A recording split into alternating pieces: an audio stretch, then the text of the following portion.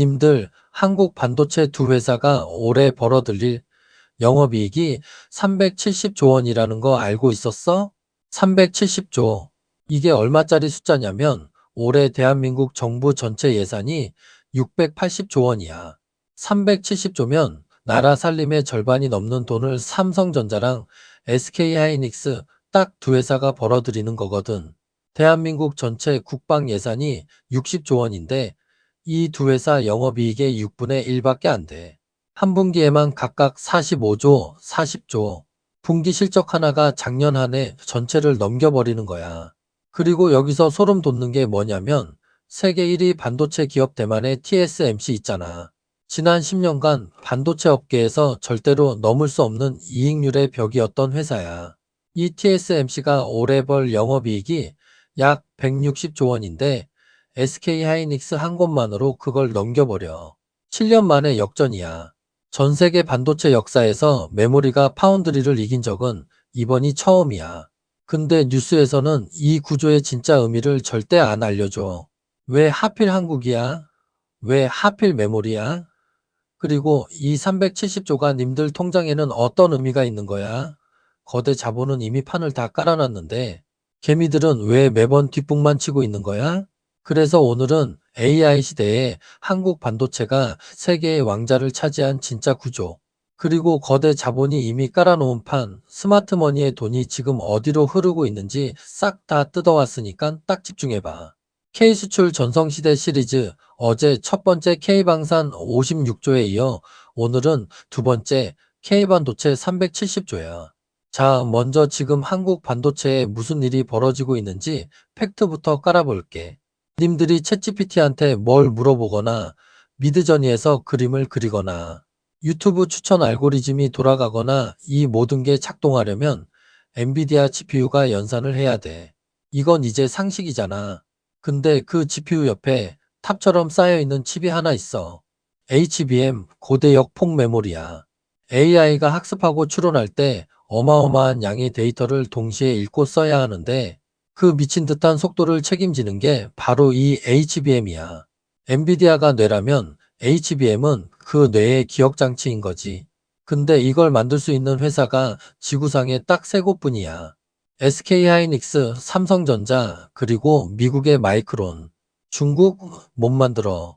일본 못 만들어. 유럽 당연히 못 만들어. 오직 이 세 곳이야.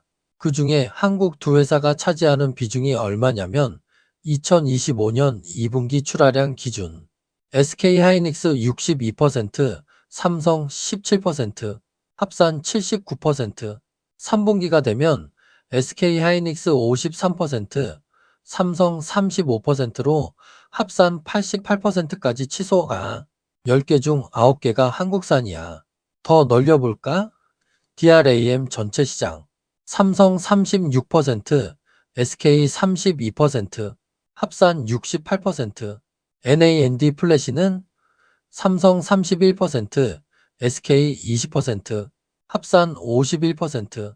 지구에서 기억하는 반도체는 한국이 사실상 독점하고 있는 거야. 여기서 AI가 터졌어. 갑자기 전 세계가 데이터 센터를 미친 듯이 짓기 시작했고 그 데이터 센터의 심장이 GPU이고 GPU의 기억이 HBM이야. 바로 이 기억하는 칩이 반도체의 왕자에 올라선 거야. 엔비디아가 아무리 천재적인 GPU를 만들어도 한국산 메모리 없으면 AI는 멈추는 거거든. 이게 핵심이야. 잠깐, 님들 이거 알고 있어? 사실 SK하이닉스가 작년 4분기에 찍은 영업이익률이 58.4%야. 같은 분기 TSMC가 49%였어. 7년 만에 메모리가 파운드리의 벽을 깨부순 거야. 반도체 역사에서 이런 일은 단 한 번도 없었어.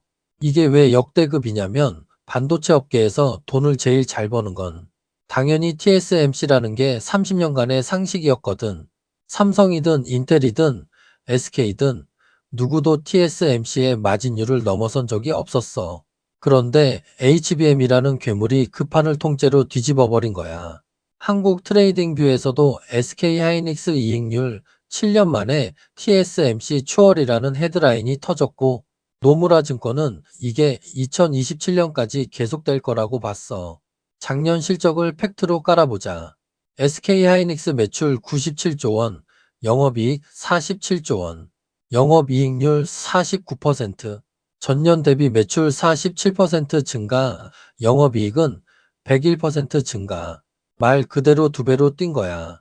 HBM 매출만 전년 대비 2배 이상 폭증했어.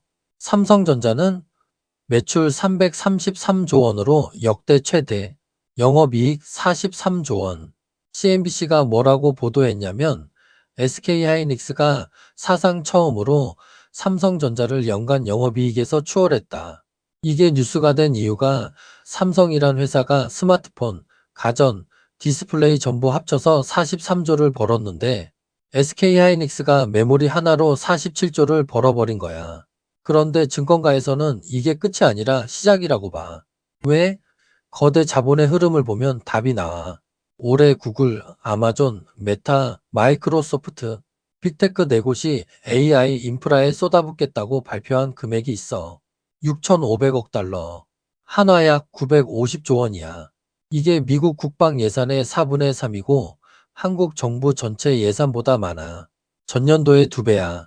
브릿지워터, 야후 파이낸스가 직접 확인한 숫자거든. 조선일보는 이걸 미 빅테크 사사 한국 정부 예산보다 많은 982조 AI 투자라는 제목으로 보도했어. 이 돈이 어디로 흘러갔냐? AI 칩을 사고 초대형 데이터 센터를 짓고 네트워크를 깔아야 하잖아. 근데 그 AI 칩 하나에 HBM이 8개씩 들어가. 엔비디아가 GTC 2026에서 공개한 차세대 플랫폼 베라 루빈. 이 GPU 한 개에 HBM사가 8개 탑재돼. 블랙웰 대비 성능 5배. 젠슨 황이 직접 삼성전자 부스에 가서 HBM사 실물 칩 앞에서 사인을 4번이나 해줬어. SK하이닉스 최태원 회장과는 HBM사 공급 확대를 직접 논의했고, 엔비디아 공식 발표에서 SK하이닉스와 삼성전자를 베라 루빈의 핵심 공급처로 확인했어. 젠슨 황이 GTC 무대에서 던진 숫자, 2027년까지 누적 수주 1조 달러, 한화 1460조 원이야. 이 파이프라인의 심장이 한국산 HBM이야. UBS는 SK하이닉스가 루빈 플랫폼용 HBM사 시장에서 약 70%를 차지할 것이라고 전망했어. 비유하면 이래. 전 세계의 라면 공장이 딱 3개야. 한국 공장 2곳이 시장의 87%를 공급해. 근데 라면 수요가 매년 2배로 뛰고 있어. 라면 가격? 당연히 폭등이야. 공장 주인이 가격을 정하는 거지 손님이 정하는 게 아니야. 경제는 겉으로 안정적이지만 실제로는 이 HBM 공급 독점 구조 위에 서 있어. 여기서 소름 돋는 반전이 있어. 뉴스에선 절대 말 안 해주는 진짜 이유가 있거든. HBM의 가격 구조야. 일반 DRAM 한 개가 보통 10달러 안팎이야. 근데 HBM3는 개당 300에서 400달러, 차세대 HBM사는 700달러 이상으로 추정돼. 같은 실리콘 웨이퍼에서 나오는 칩인데 AI용으로 12층을 적층하고 특수 패키징을 하면 가격이 70배까지 뛰는 거야. 그리고 이 기술을 가진 회사가 지구에 3곳뿐이니까 완벽한 공급자 우위 시장이 만들어진 거지. 치킨집으로 비유해 볼게. 님들 동네에 치킨집이 100개 있으면 치킨 가격이 내려가잖아. 10,000원짜리 치킨도 나올 수 있어. 근데 전 세계에 치킨집이 딱 3개인데 그중 2개가 한국 브랜드야. 그런데 전 인류가 갑자기 매일 치킨을 먹어야 하는 상황이 된 거야. 가격 결정권이 누구한테 있겠어? 당연히 한국 치킨집이지. SK그룹 최태원 회장이 직접 말했어. 메모리칩 부족은 2030년까지 이어질 것이다. 톰스 하드웨어가 보도한 거야. 그러면서 뭘 하고 있냐? 13조 원짜리 HBM 전용 패키징 공장을 짓고 있어. 삼성전자도 생산 능력을 올해 50%까지 확대하겠다고 발표했고, 두 회사 합산 올해 팹 투자만 70조 원이야. 근데 그래도 수요를 못 따라가. 진짜 질문은 이 슈퍼사이클이 도대체 얼마나 가느냐야. 숫자로 가보자. 첫째, 2026년 세계 반도체 시장이 사상 처음으로 1조 달러를 돌파해. 작년이 8,300억 달러였어. 원래 1조 달러 돌파 시점을 2030년으로 봤는데 AI가 4년을 앞당긴 거야. 이 1조 달러 시장에서 메모리가 차지하는 규모가 4,021억 달러야. 전년 대비 85% 성장. DRAM만 따지면 101% 성장. 1년 만에 시장이 2배로 커지는 거야. 둘째, 삼성과 SK하이닉스의 합산 영업이익 전망. 키움증권 기준 삼성 200조, SK 170조, 합산 370조 원이야. 대신증권은 더 공격적이야. 삼성 242조, SK 204조, 합산 446조 원. 노무라 증권은 SK하이닉스 단독으로 2026년 256조, 2027년에는 365조 원을 벌 거라고 전망했어. 이건 TSMC 연간 이익의 2배가 넘는 숫자야. 셋째, 만약 빅테크들이 AI 투자를 줄이면 여기가 리스크야. 실리콘밸리에서 이미 AI 수익 대비 투자가 과도하다는 목소리가 나오고 있거든. 빅테크가 지출을 늦추는 순간 메모리 주문도 줄어들고 주가는 박살나. 과거에도 반도체 사이클은 호황 뒤에 혹한기가 왔어. 넷째, 중동 변수. 이란 전쟁 확대로 삼성 SK 합산 시가총액이 하루에 수십조 원 날아간 날이 있었어. 실적은 역대급인데 지정학 한 방에 15% 빠지는 시장이야. 감정으로 대응하면 반드시 털려. 다섯째, 중국. 자체 HBM 개발에 뛰어들었고 범용 DRAM에서 저가 공세를 펼칠 가능성이 있어. HBM에서는 아직 기술 격차가 크지만 중국이 반도체에 들이붓는 보조금 규모를 보면 절대 무시할 수 없어. 자, 그럼 우리는 지금 당장 어떻게 해야 할까? 내 통장 지키는 가장 중요한 핵심 알려줄게. 구조적 팩트를 냉정하게 보면 이래. 메모리칩 공급 부족은 2030년까지 이어질 전망이야. HBM3에서 HBM4로 다시 HBM4로 세대가 전환될 때마다 새로운 수요 파도가 밀려와. 데이터 센터 전력의 70%가 메모리에서 발생하니까 AI 인프라가 늘어나는 한 메모리 수요는 구조적으로 줄어들 수 없어. 한국 팹 투자만 연간 400억 달러, 약 58조 원 규모인데 이 중 80% 이상이 메모리에 집중돼 있어. 근데 세상에 100%는 없어. 사이클이라는 건 반드시 꼭대기 뒤에 골짜기가 와. 지금 주가에 이미 엄청난 기대감이 반영돼 있고 이란 전쟁 같은 외부 변수 한 방이면 단기간에 크게 흔들려. 그래서 핵심을 세 가지로 정리할게.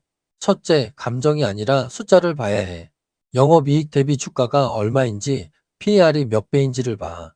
SK하이닉스 PER이 6.5배면 역사적 저평가 구간이야.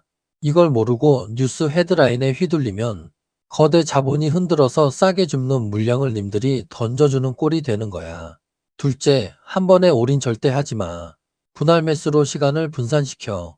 이란 전쟁, 미중 갈등, AI 과잉 투자 논란 변수가 터질 때마다 분할로 대응해야 멘탈이 안 흔들려. 셋째, 3년에서 5년짜리 구조적 사이클로 봐야지 한 달치 주가에 1위 1비하면 반드시 털려. 최태원 회장이 2030년까지 부족하다고 직접 말한 거잖아. 공장을 지어도 2년은 걸려. 이건 단기 이벤트가 아니라 구조적 패러다임 전환이야. 거대 자본의 흐름을 잇는 자만이 살아남는 거야. 정리할게. AI 시대의 뇌를 만드는 건 엔비디아야. 근데 AI 시대의 기억을 만드는 건 한국이야. 뇌가 아무리 좋아도 기억 없이는 아무것도 못해. 2025년 SK하이닉스 영업이익 47조, 삼성 43조, 둘 다 역대 최대. SK가 삼성을 처음으로 추월. 2026년 합산 370조에서 최대 446조 전망. TSMC 역전. 반도체 시장 사상 첫 1조 달러 돌파. 그리고 이 모든 것의 중심에 이천과 청주에 있는 반도체 팹이 있어. 전 세계 AI의 기억이 그 공장에서 태어나. 어제 K방산이 전쟁터에서 실력을 증명했다면 오늘 K반도체는 데이터 센터에서 실력을 증명하고 있어. 그리고 이건 아직 시작일 뿐이야. K수출 전성시대 시리즈 3편, 내일은 7,097억 달러. 한국이 77년 만에 수출 역사를 새로 쓴 날을 다룰 거야. 이거 진짜 대박인데 한국이 일본을 추월하는 순간이 왔어. 내일 영상에서 다 뜯어볼게. 오늘 이야기 진짜 도움됐다 싶으면 좋아요 한 번씩 시원하게 꼭 눌러주고 궁금한 종목이나 궁금한 경제 뉴스 있으면 댓글로 알려줘. 내가 또 밤새서 이런 도움되는 리포트 뒤지고 팩트 체크해서 다음 영상으로 가져올게. 이렇게 위대한 K경제학 구독자들에게 도움되는 진짜 정보 하나도 빠짐없이 매일 전부 다 알려줄 거니까 위대한 K경제학 구독과 알림 설정 꼭 해두고 우리 진짜 다 같이 살아남자.